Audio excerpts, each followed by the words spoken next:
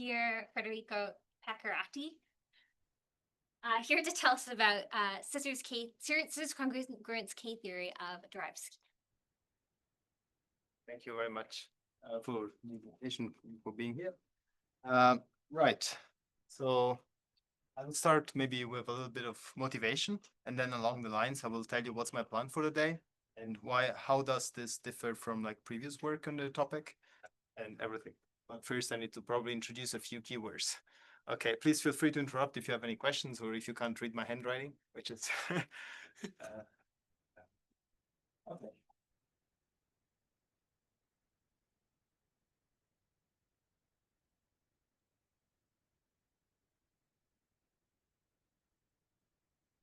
Right, so it all starts with a definition made by Grothendieck.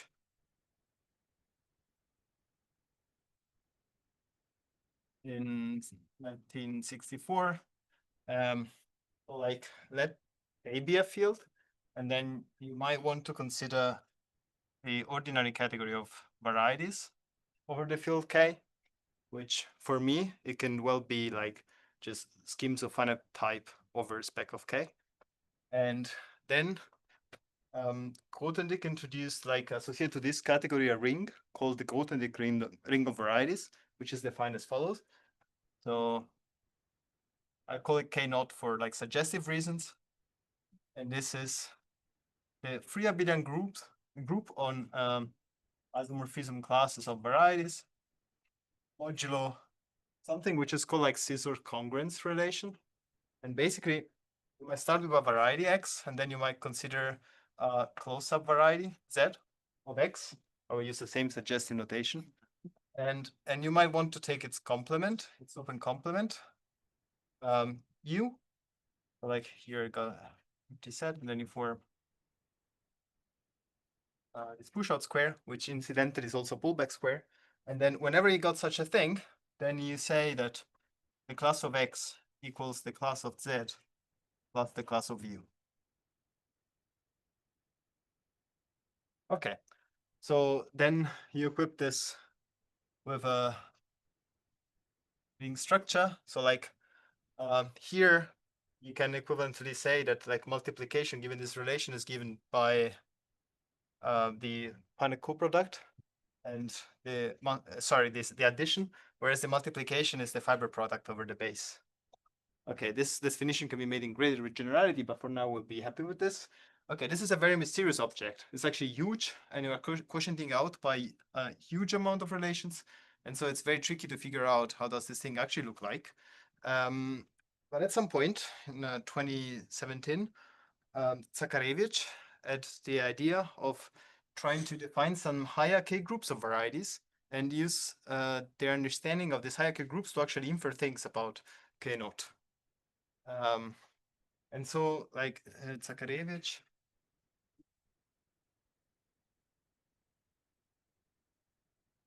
introduced something which is called like assemblers key theory. If you're assemblers, I don't remember the name, which it's greater generality, but let's say for varieties. And this takes values into, I mean, this is actually infinity space, but let's say just like, no, select the spec, whatever. Such that once you then take connected components, then you recover the Grothendieck ring of varieties. So in this sense, it's called like a categorification thereof. Now, the issue is that, okay, for the problem somehow, okay, this was perfectly good and pretty well suited to actually use informations about hierarchy groups to deduce things about this, especially about the kernel of multiplication by A1, which is quite of a interesting problem in this setting. And this notion of assemblers basically builds in, by construction, localization and devisage.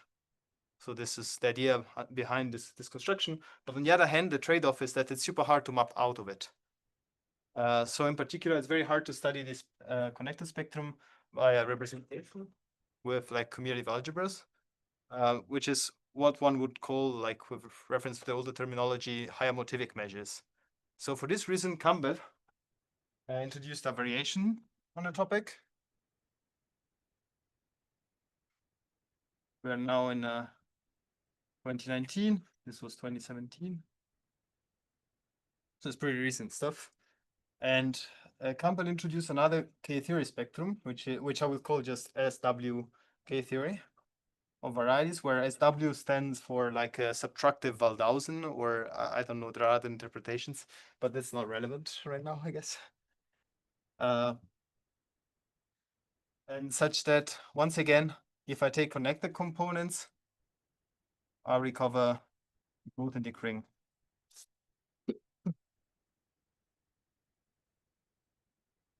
And the construction here mimics Waldhausen's construction in that we can actually, so I can make a little spoiler.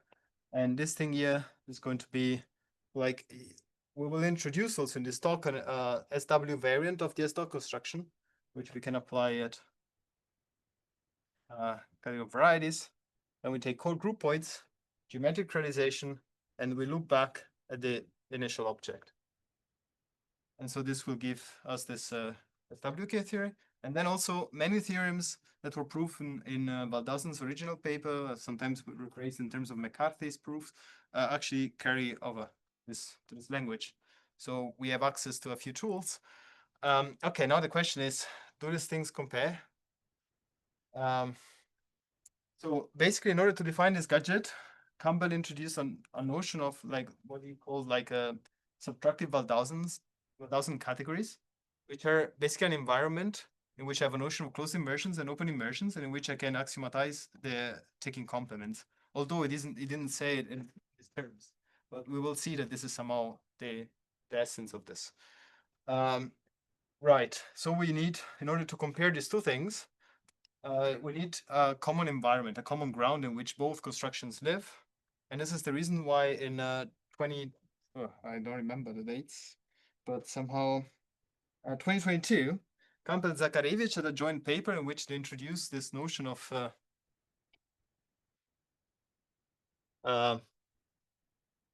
TGW categories. These are like some special double categories, basically, which sometimes are also known as bicategories. You have a category of horizontal arrows, a category of vertical arrows, and then some distinguished squares and compatibility axioms. Okay. Fun fact, this means close enough for government work.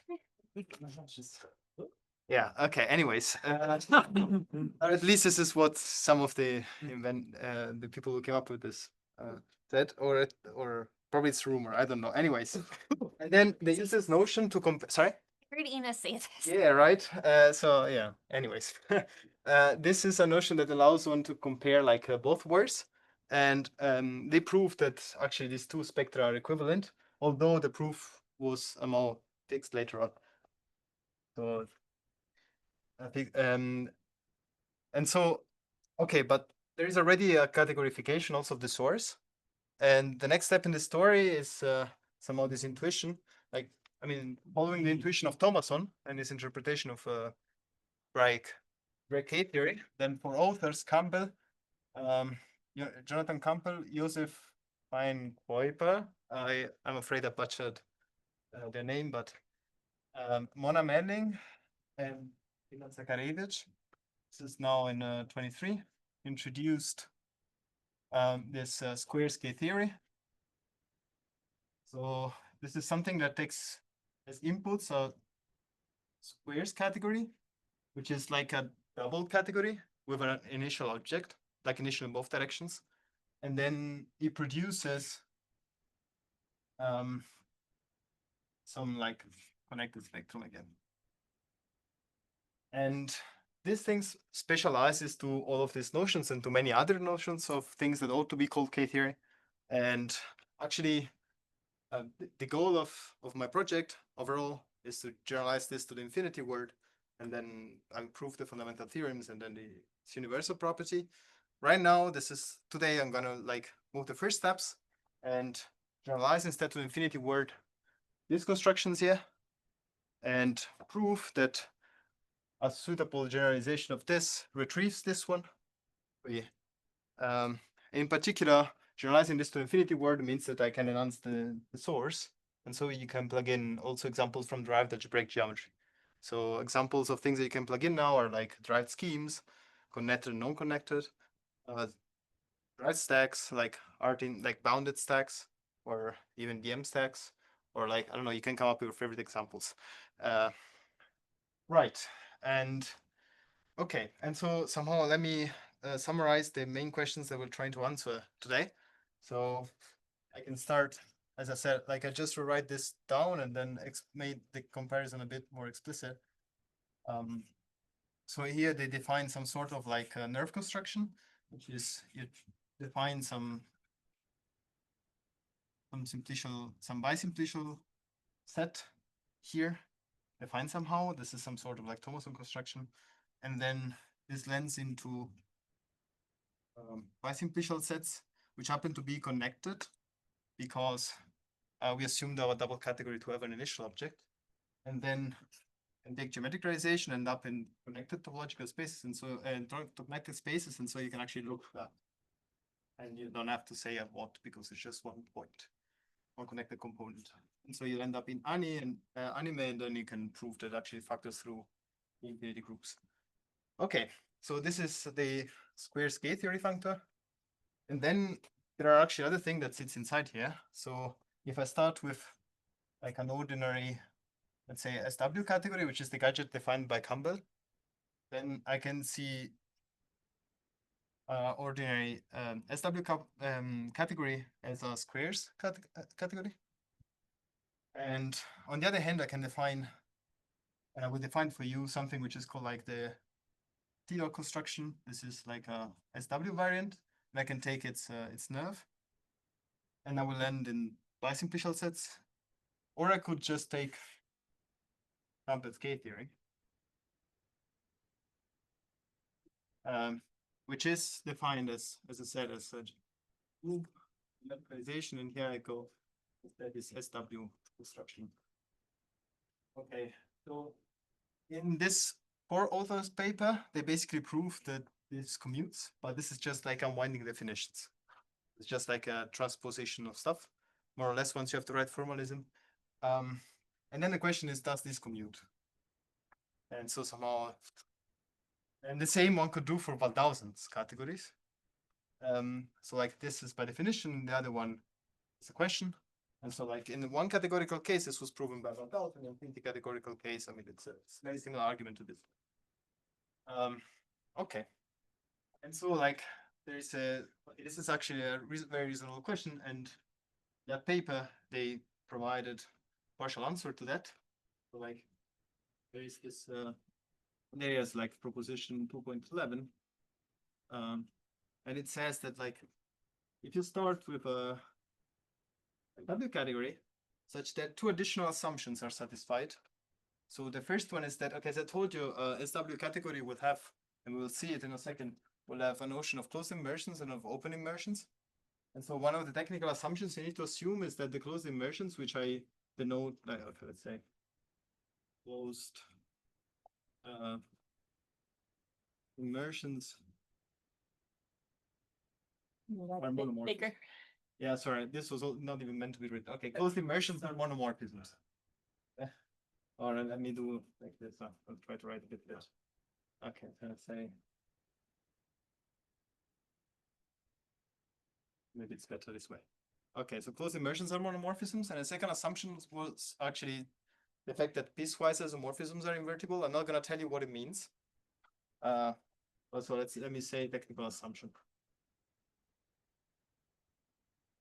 Then under this 2 further assumption, one can check that the geometric realization induces, like identifies the S-dot construction and the T-dot construction. Okay, and this is again like the same as, so we can identify both of them with the suspension of square scale theory. Okay, now the thing is, there are 2 problems in this statement. I mean, from what matters to me. The first problem is that if closed immersions of schemes are monomorphisms, but closed immersions of the right schemes need not be monomorphisms. This is the first problem.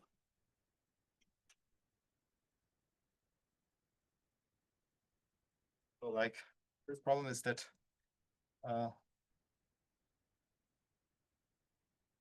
closed immersions, derived schemes. These are not monomorphisms in general. Yes. Can I just ask what you mean by closed immersion in the of derived schemes? Yes, the usual definition somehow. So the fact that Zero. yeah, closed immersions are connected. They have to be connective. Sorry? Do they have to be? Maybe I didn't mention. By derived schemes have always been the connected ones. Yes. Okay. Thanks. But yeah, it already felt there somehow.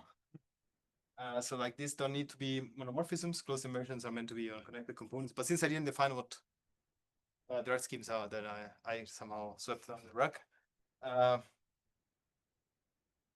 And then the second technical assumption is the fact that piecewise isomorphisms are never invertible, like not even in classical algebraic geometry. But it's something that is a bit like tricky to get around. And in fact, it will be subtle to get around this one.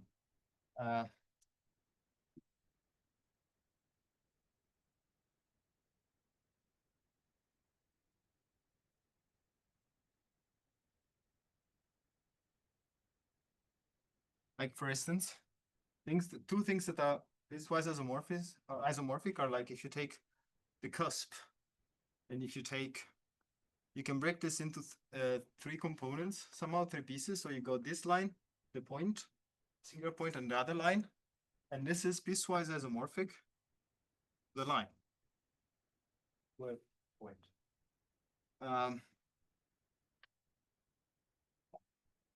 Yeah. But this thing is sorry, to the line, just the line. But this thing is not. It's not an isomorphism. This is not even smooth. Okay. And all right. So the goal for today. Oh. Right. I already told you the goal of the overall project, but no, maybe I should have. But for today, the goal will be first of all to introduce an infinity version of SW categories. Abduction trees have a slightly different notion. And then, so this actually the main point will be to axiomatize complements. And then, and examples of this would be, I don't know, connected derived schemes or like non-connected as well, or like stacks or whatever, the ones I mentioned before. And the second will be introduce S dot and T dot constructions in this setting. And show that they agree of the functors that they define agree of the geometric realization.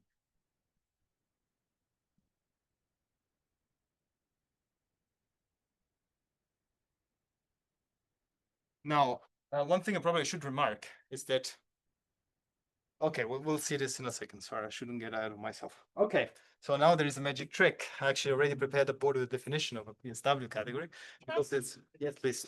So if I understand correctly, in the one category, or like one categorical setting here, they haven't shown that the second triangle commutes. Or they have this partial result. They have under these technical assumptions. Yeah. So but somehow is the hope that by deriving everything, you might be able to prove that their initial one commutes, or is that not? No, I mean, I think probably the line of thought is a bit different. Okay, so like this. Okay, so the first one is an intrinsically derived issue, which should be dealt with the right word. The second thing is actually something that geometric just you can't fix. That's also true. So like it's true in all settings, but I think that the proof also somehow, if one is a bit careful at the beginning, doesn't really need it to be inverted, and so one can get around that. Then I guess follow-up question: are you trying to show that a diagram like this commutes in your derived setting? Yeah. I mean, I will show this commutes. Awesome. Sorry, I should. But if I have time to get to the proof, otherwise you just get the statement. Okay, and then you can ask for the proof. Anyways, because the proof is actually very technical and a bit subtle, and so I'm not sure whether I'll have time to do that. Anyways, so let me introduce then the main player so far. So there's a pre-SW tuple like pre-SW is taken from historically from Campbell's paper.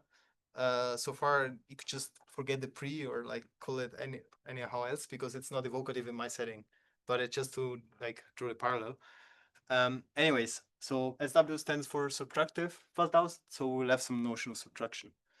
Okay, so we start with data. So the data is I first need to get a cospan of wide monomorphisms into cut infinity. I do everything from the point of view of synthetic infinity category theory. So for me, monomorphism means just a level. So for me, infinity categories can be thought of as complete single spaces, and monomorphism means like an inclusion of in each component, like monomorphism of anime in each at each level. Sorry, that's what I meant, at each level. Right, and wide means that this monomorphism induces an equivalence of core anime. Okay, so we start with this data of like such a wide cospan, and just for pictorial conventions, we denote like okay, categories in the first, arrows in the first category are denoted with this like bar, and these resemble a bit like the notion of cofibration. And the idea is that I got a point in my main category C, which I call ambient category, and I want to filter it. So I can filter it by cofibrations, which, and then, I mean, in general, I want to have control on this filtration, and so I record the successive quotients, let's say, by the arrows in the second category, which comp stands for complements, I guess. But they play the role somehow of like the open complements, let's say. And so the idea is that the second subcategory allows me to record the error at each step in the filtration. And yeah, that's it. And so like an important feature is that in this setting, I'm not, sorry, I shouldn't get ahead of myself. Let's go. Okay, another piece of data that I need is that my ambient category C comes equipped with a full subcategory of cospans into it. So cospans are things that look like this, but I want a full subcategory of things which have left leg being a cofibration and right leg being a comp arrow. Okay, let me call this closed and open so we don't mess up. Okay, so like left leg must be closed, right leg must be open.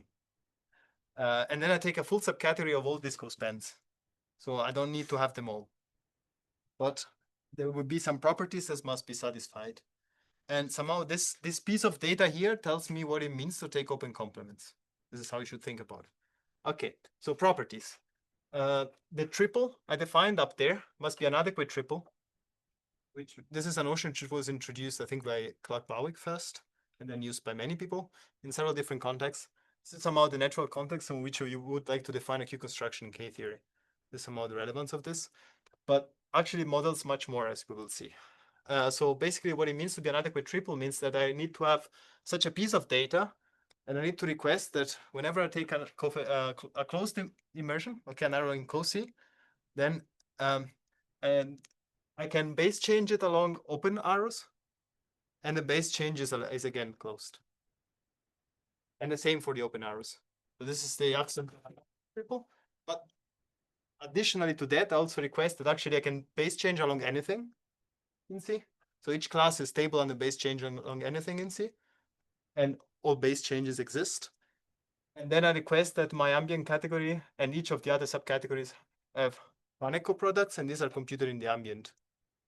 And this is just like this notation is a funny notation for a subcategory of the infinity category of adequate triples, where the objects I've just told you how they look like, and the morphisms are just like the morphisms of adequate triple, which preserve these guys.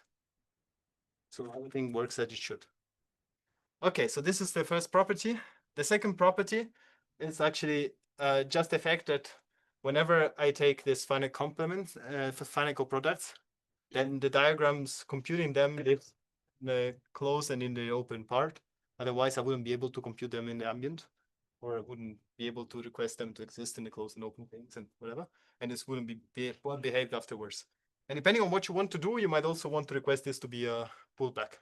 It's also fine because in examples it holds. Right, and then we have properties of these subtractions. So the first property is that, once again, whenever I got a square like this, these arrows are both open and closed. Which is also what you would like, right? If you have an inclusion into a disjoint union, then the inclusion should be a closed immersion. Okay, the second property is about the existence and uniqueness of open complements.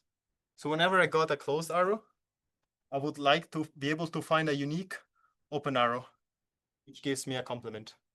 On the other hand, if I start with an open arrow, I can only request the existence of a closed arrow. This is not symmetric to the situation. And this will actually play a major role later on. Right. And then the last property I request is that if I start with a subtraction sequence, so like closed arrow and then open complement. Can you use the board? Sorry. Like if I start with a subtraction sequence, so closed arrow and open complement, and I base change it along any arrow C, I still get a subtraction sequence. This a priori doesn't say that any lift, let's say, of such a square, it consists of Cartesian squares. However, if you happen to be in the setting in which like your open arrows are monomorphisms, then this is implied. And actually it was also implied by the original definition by Campbell. But like you can imply it that way, so yes. So should I think of this non-uniqueness condition as sort of corresponding to the fact that, I guess, topologically you can have It's a scheme theoretic condition. which have the same underlying Exactly. complement. So you will have a unique reduced subscheme, and we'll see also how to axiomatize that. But you might have several closed complements.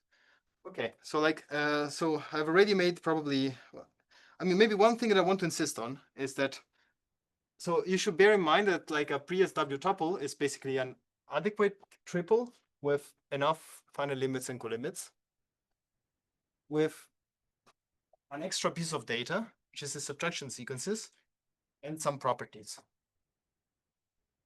Okay, and then actually you can make all of this into an infinity category of pre-SW tuples, where the functors preserve all of this structure. But it's a bit tricky, so I'm not going to show you how to do that. Okay, and this so you will have an infinity category together with a forgetful functor.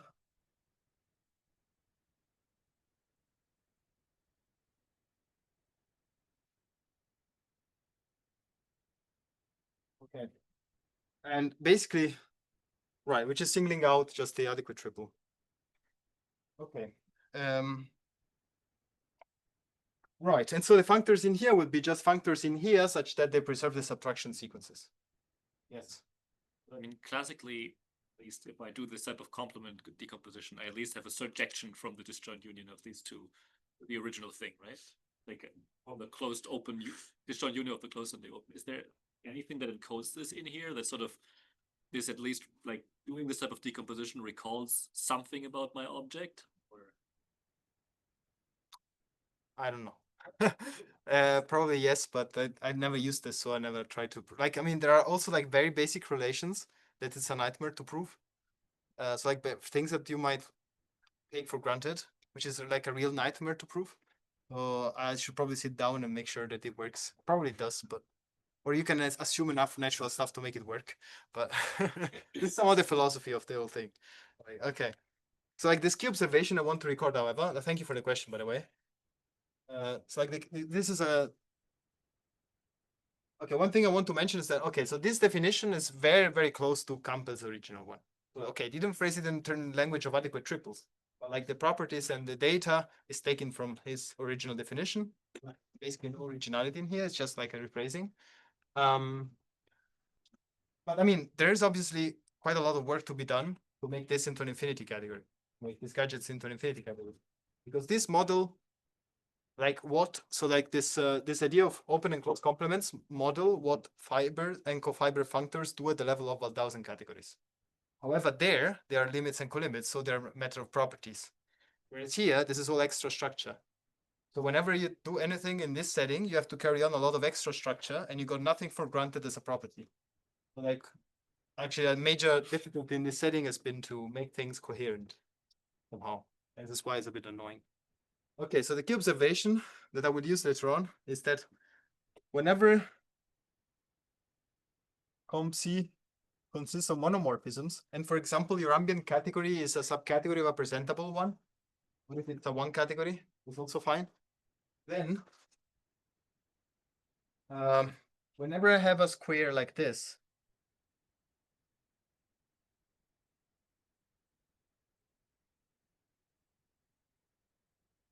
and here pulled back, I can uniquely lift it to a square like this.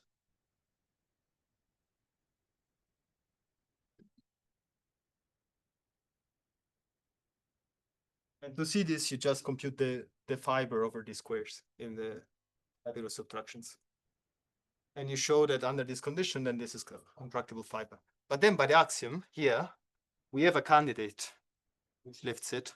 So we deduce automatically that this also must be Cartesian. Okay, so whenever the open maps are monomorphisms and the category is presentable or nice enough, then we can actually lift Cartesian squares to Cartesian, the base change of subtraction sequences in a unique way. Okay, and now we want to make this all functorial. So this is somehow probably, I don't know, at least the part that I like the most of this, let's say. It's somehow an intrinsically infinity feature that you can't just define a functor by hand, right? So to make this taking complements functorial is a bit of work, and it actually relies a lot on the theory of orthogonal adequate triples, which I won't recall because it's a bit too much, but you can ask me. And this now I will present only a very special instance thereof, but you can actually define this for basically any adequate triple with pullbacks. You can perform this construction. And this would construct actually pairings of orthogonal adequate triples and mimic a bit the idea. I mean, things that happen also when you try to define, I don't know, bilinear forms in categories with duality.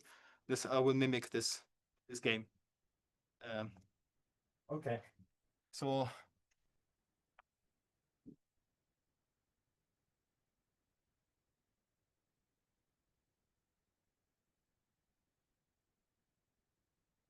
taking complements functorially. Jeez. Okay, as I said, basically taking complements, open complements plays the role of taking cofibers in 1000 categories. But here is structure. So we have to actually define a functor that does that. So like the idea is that I want to encode two kinds of functoriality. So the first one, if I start with a PSW categories, let's say schemes, generally it's quite clear what happens if I give you here two closed immersions. And a map between them. I mean, besides the fact that this is going to be another closed immersion, but even if these things weren't left cancellative, then you still would know, okay, I can take the complement here, take x minus wx. Let me do this a bit like nicer, so like a square. I can take the complement here, x minus zx. And then in schemes, it's clear where I want to send this map. Like if I have an inclusion here, if I have two, like a nested inclusion, then I know that I should have some kind of contravariant functionality here. If I call this map like phi, then here I have a notion of like comp x of phi. But this is well defined, or at least clear how to define it only fiber-wise. So whenever I got nested maps. But what do we do when we don't have nested maps? Like, so let's say, suppose that I have a map from x to y, then I want to encode a different kind of functoriality. Okay, so let's say that I have here the closed immersion, and assume that this square here is Cartesian. Then I also know what my taking complements should do, right? Because complements should commute with intersections. And so I should then here be able to complete this Cartesian square.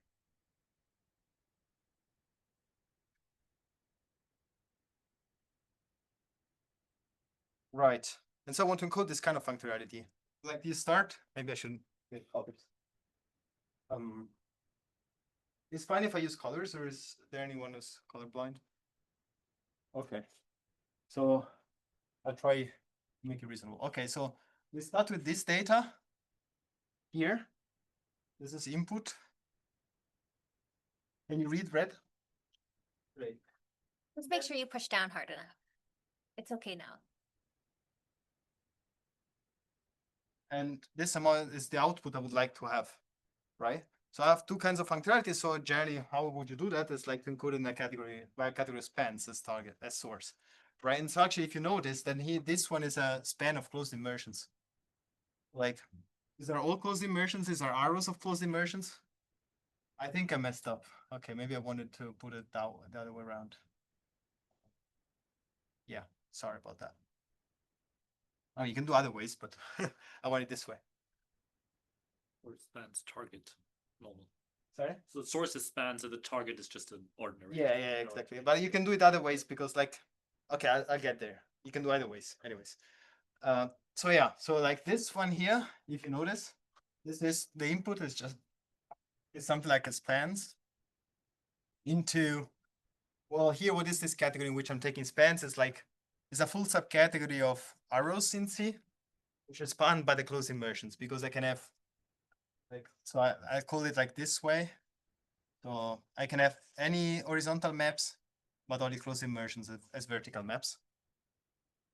And what is this thing here? So here, this is just like the full subcategory of arrows, which has open maps vertically and any map horizontally.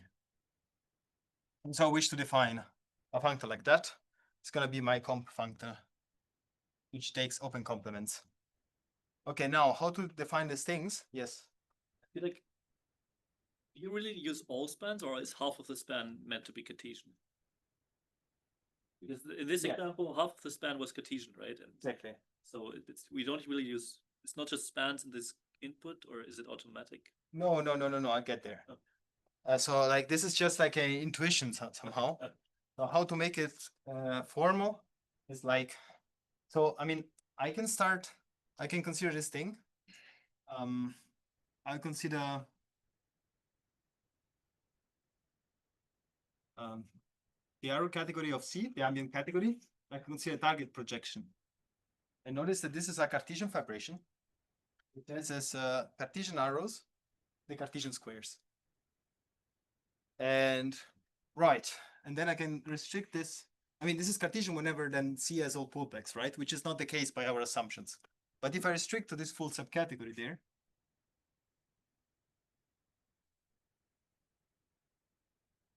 then by our axioms, this guy here has all pullbacks. Like, I mean, sorry, arrows, closed arrows can be base changed along normal arrows. Okay, this is probably how it works. And so it contains all of the Cartesian edges of this Cartesian vibration.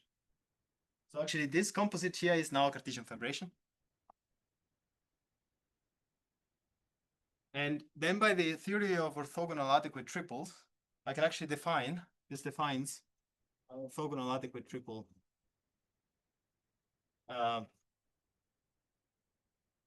over, yeah, the orthogonal adequate triple C for animal. You can do the same thing for then the output actually. And then you can take spans of this. Since this is an orthogonal adequate triple, which means an adequate triples that also define, whose classes also define an orthogonal factorization system. So like the taking spans restricts to a duality that we call like this. So whenever I take spans, I can again endow the output with a structure of an orthogonal adequate triple. And so at the end of the day, what I'm defining as a comp functor is a functor from the dual of this epco C into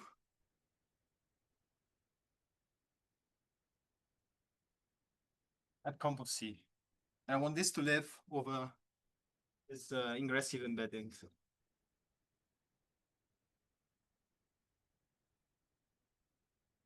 Okay, so I say that my pre-SW tuple admits complements if I can find such a functor.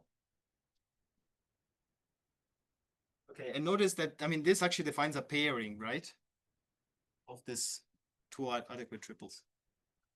And then, okay, now we know how to take open complements. What about closed complements? Or better, closed reduced complements. Otherwise, I can't hope for any functoriality. Right. Let's move a step back. So, like, Could you yeah. maybe quickly repeat everything in this column? Yes. So basically, this was a bit fast. Okay, so how to do this formally? It's like I noticed that if I take the arrow category of C, take target onto C, and then restrict the source to this full subcategory, which is the full subcategory spanned by. Maybe I should write it this way: closed immersions. Okay. Then this composition here is a Cartesian fibration over C. And so, like by theory of adequate triple, I can, if I here see this as a adequate triple, like with the structure of C, C, C core anima, so like the ingressive embedding into adequate triples from cut infinity, then I can endow also a source with a structure of an adequate triple, where the ingressive edges are just like the Cartesian edges, and the egressive edges are the fiberwise maps. I didn't say this. Okay, so these are the fiberwise maps, and these are the Cartesian edges. So like so basically this adequate triple here recovers exactly this one. The functors I want. This is V sub. It's the dual. It's like a application of spun.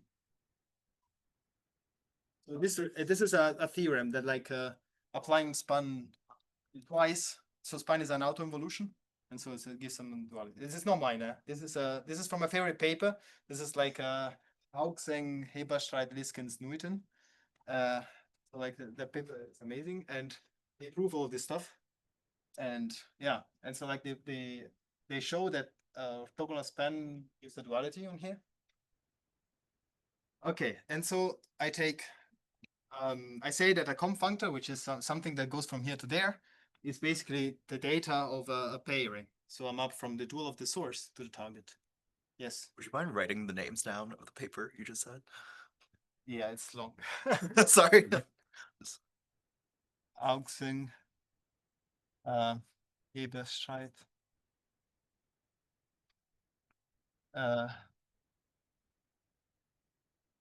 Liskens, Newton. So this thing you find in sections 2, 3, 4, 5. Okay, it's a beautiful paper, by the way. Anyways, okay, so you do this. So this is what it means to take complements. But actually, to define this is actually quite tricky, first of all, because you would like, so you start with the data of these guys, and you would like, and you know just that they are compatible with base change, and then you would like to assemble them into an actual pairing. So you only have the functor of on the aggressive edges. You would like to make it into an actual functor of adequate triples. And this is a more general result, that this is in fact instead something that I think I proved.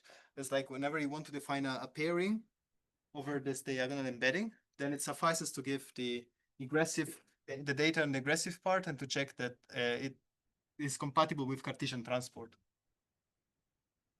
And the proof is like, so the main idea somehow is that if okay, I don't know how much time do I have. Probably I don't wanna. Okay. Okay, then I'll just then nothing. Anyways, okay, so you can do also another thing around, which is like what is then to admit reduced closed complements. It's when you can ask this thing to admit a section, and this will give you the reduced complements.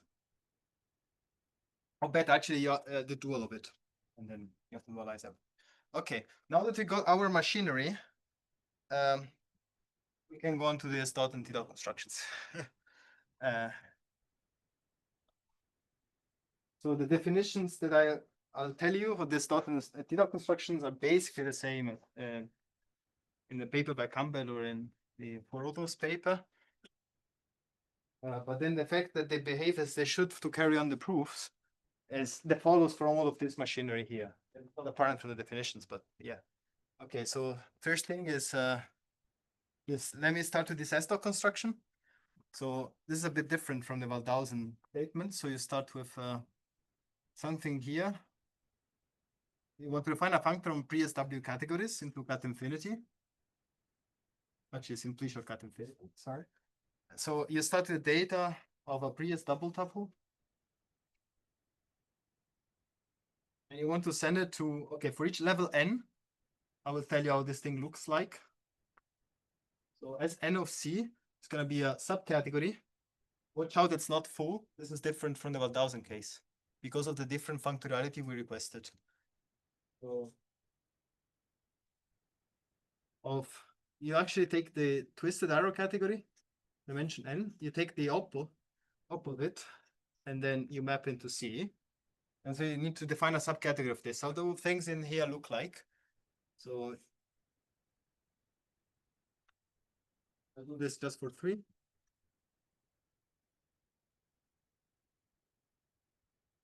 So twisted arrow categories of linear poset, find a linear poset model like span functors, span shape, sorry, span-like shapes. Like you should twist your head and look at this like that. And then you see that if you op it, then it's just like a cospan shape, and here it is, just like rotated. Okay. Right, and so we want to define something that look like that. Well, also we would like, so objects should be diagrams of this form, but such that all of the horizontal arrows are closed, all the vertical arrows are open. Moreover, we want to request that like whenever I consider like let's say that this is x1, x2, x3. No, sorry. x0, x1, x2, x3. Okay, so we want the things on the diagonal are all initial object. So x0 is going to be the initial object. And then whenever we are in position ij, it's going to be the complement of the thing in position j minus the thing in position I. Okay, so this one here, this is going to be x3 minus x1, for instance. And then you can complete the whole flag. All right, so these are the two conditions. And then I have to tell you what do the morphisms do. It's two, right? Probably. Yeah, thank you. This next, yeah. To tell you what the morphisms do. And the thing is that I can't take it full subcategory because I don't have all the functoriality of the word. But if I have, we need to request. Oh gosh, okay. Sorry about that. Okay. So whenever we have another diagram like that, let's say.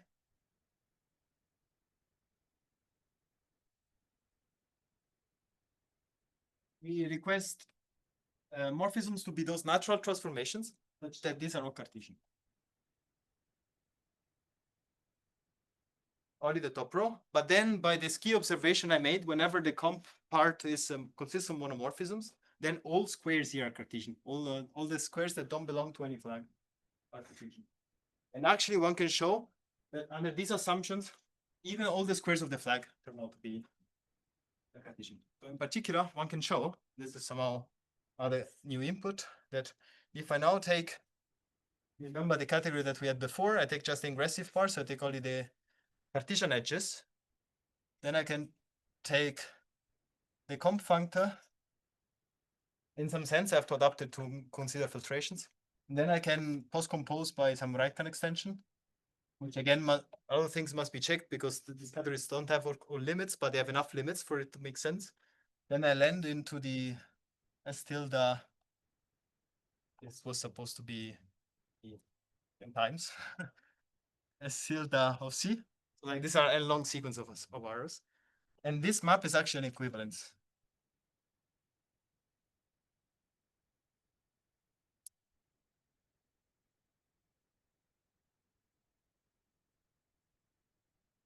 And this one here uses heavily all of the machinery we have developed.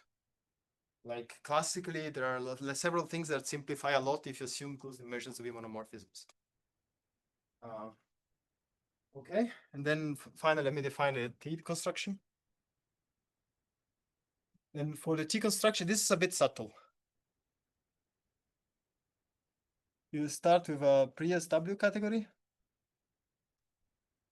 And then you will end up again into a simplicial category. But I mean, classically in the 1000 case, you would like this guy to be a complete single infinity category. So actually a double infinity category. In this case, it's a bit trickier because of how you want to carry on the proof of their equivalence. So you can't really do whatever you would like to do. I'll tell you how the level n looks like.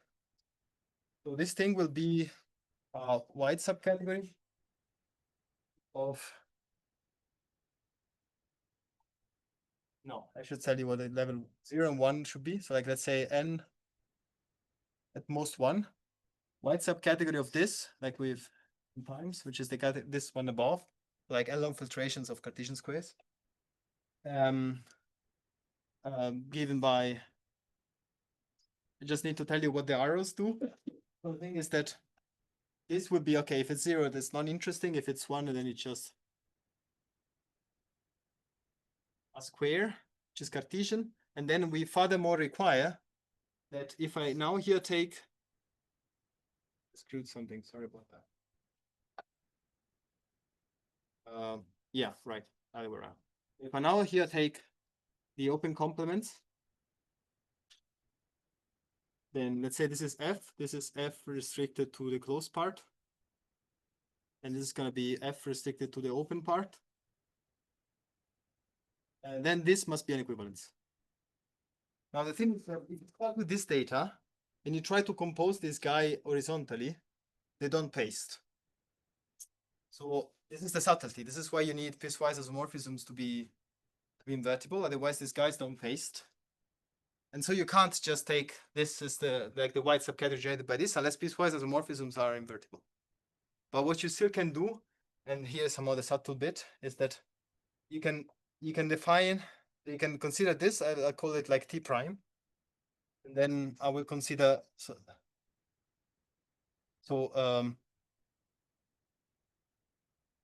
I will consider now I remove this requirement that n must be at most 1. Okay, I'll consider n long things. But I will request that all possible open complements induce isomorphisms. So not just successive open complements, all of them. Okay, and this will give me something which is actually potentially small. Like this is T prime of C.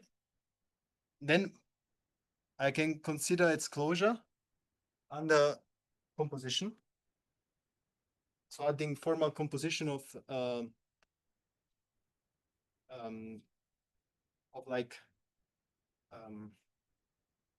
sorry, then I can see only the levels 0, 1 under composition and obtain something which is like called T tilde I don't know, dagger. Okay, and then I noticed that this both I consider the essential image of these guys into this ones, and this will form then a complete Siegel completion infinity category. And then I apply this this stuff here and land into here. And I want to show that these maps here are all equivalences under geometric realization, because this I need to get the double infinity category, and this I need to actually perform the trick. Now the observation is that this one is an effective epimorphism by how I define things. Once I take geometric realization, this stays an effective epimorphism. So it's a fastest to show that actually the composite has an equivalence. And that one you can do with the original proof, more or less. Modulo the fact that it must be infinity categorical. It's actually much trickier, but somehow that the ideas are the same as Waldhausen's. Okay, thank you.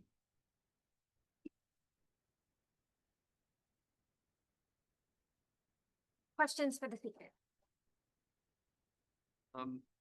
So usually when you do this S and Q construction for K theory, what you really want is that you wanted the S and T thing to land back inside the type of input you have so that you can iterate the Q and the S and T construction. Yes. So all these things actually land back in PSW. The loop. Yeah, you want that. Yes. So like so Campbell, the definitions he gave about this disaster construction, actually the reason why you request all these things, and together with some more axioms on the pre-SW tuples, which ends up in the notion of an SW tuple, then this allow you to actually enhance this output was simplicial SW tuple again and group it back. However, I'm not sure I understand fully the proof. I think it's more there's an assumption missing. I'm not sure about that. And also another thing is that I would have less examples that way. So like there is an unknown fact that is when you get like a bounded Artin stacks, It's unclear whether if you have a push out consisting of closed immersions, it's like Volko spanner closed immersions, whereas this is also pullback. So this would mean like, I mean, everyone expects it to be true. It is proven only classically. It's not proven infinity categorically. And this would be basically equivalent to a version of the clutching theorem for bounded Artin stacks, like Lury's clutching theorem. And the thing is that I didn't have time to do that. And so I decided that I would just leave it aside until I need it. And so far just not loop it. But this thing takes values into infinity groups as well. This very much reminds me of the way one constructs six-functor calculuses, right? Like technically you have these very similar type of techniques where you're sort of trying to use certain, like, I mean, even these like type of diagrams you draw there, they show up when one sets up these correspondence categories, I guess. Did you do all of this synthetically? All of the I mean, constructions in between, or did you? When I say Yeah. synthetic, I mean somehow, I don't mean like from the point of view of homotopy type theory, but you can't put it in a league. But I meant somehow that I'm using a model independent framework as much as possible. So when I write it up, I always highlight in the 2 occasions in which I couldn't find model independent argument. It's quite impressive. I guess you also don't mean synthetic in the sense of pure truth. New to question. So for a theory of stable categories or something like this, you have a universal property saying it's like initial, whatever, additive, something. Do you expect that there's some sort of story for this, and maybe even more general? Do you think there's some sort of motives for Yeah. that? Well, I guess that this would require me like, I don't know, a mini course. Also, it's not developed yet. So like in a sense that, no, I'll just say that. Okay, so at the moment for this double infinity categorical word, I'm working on the additivity theorem because I mean you could butcher it and somehow just prove something that is very much resembles what we already know for the additivity. But I think that there is potential for something more. And so I'm doing the foundations first. Because with all the foundational stuff to actually even state it, then the proof is going to be, I think, reasonable. And afterwards, you figure out in which environment you can find these additive things, right? Because the statement will tell you where the additive invariants should live. And then the universal property is going to be the one that you mentioned. First one should understand well what is the notion of additivity. Maybe I have a question. So you have some theory of derived scheme. And well, first of all, what is K0? And do you know if there's a presentation for it? Like if you have a qualitative description and or a presentation? So like, I mean, K0 recovers the usual K0. Like, but also in the sense that if you plug in connected schemes, then K0 connected schemes would be the same as K0's classical schemes. Just because of how you set up, and this is to be expected. Well, this is just somehow because of how we set it up, all the thing that I can't find. Yeah, anyways, but because of this notion, yeah, of subtraction sequences. So you're always identifying a scheme with its reduced close complement, reduced close subscheme. Right. Like this thing here, so X red, you have here a closed immersion into X, then here, this is always a subtraction sequence. So in the connective word, in the non-connective word, it is not. It doesn't even make sense. Like this is not a closed immersion. But in the connective word, it does make sense, and this identifies the 2K not, and this is to be expected because this is similar as the theorem of the heart. So like, so this is what it should be, but then they will, I conjecture, they will differ in the non-connective case, as also derived categories to give different K theories in non-connective case. And that's the most interesting bit to me, but it's yeah, I haven't proved that yet.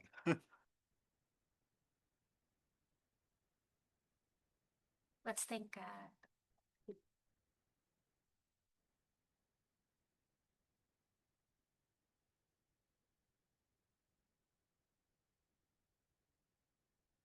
Oh, and there should be pizza at some point.